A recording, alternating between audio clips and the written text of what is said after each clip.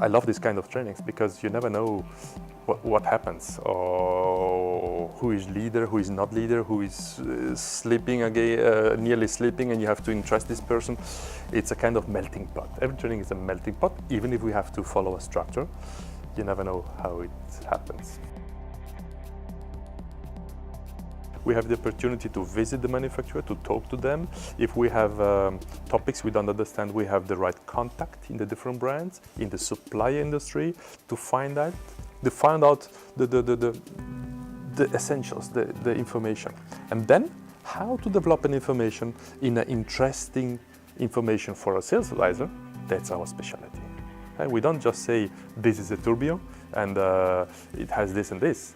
We explain why, what is interesting, what is difficult, what makes it rare, and what is the purpose. These kind of things has to be developed. And believe me, in many brands, this kind of knowledge is not so common. Everybody said the Swatch will kill the watch industry. No, they saved it. Why? Because in the past we only had one watch. The Swatch educated us to have more than one watch.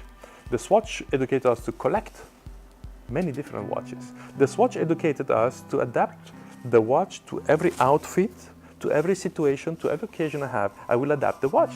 So this educate, and we do it today with mechanical watches. So it's not the smartwatch which will kill the mechanical watch industry.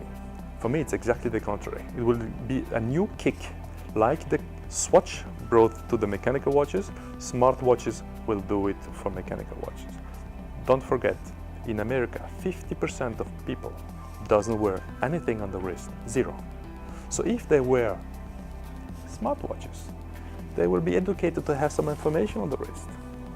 Once, if they are tired to change every 6 months their device, because they know every 6 months, it's old-fashioned, old-fashioned, old-fashioned. Perhaps after a while they will feel the request to have something more valuable, long-lasting. Valuable not in money, but in authenticity. The word authenticity is for me the key word for the future of mechanical watches. Authenticity in how things are done, who do it, which period it was, or what it means for me. Something which I want to remember all my life. When I received my first Rolex, for example. I have a collection of watches. Every single watch has his own story. And it can nearly not be a quartz or not a quartz, no, it can be a quartz, but a smartwatch, or because I will change many of them.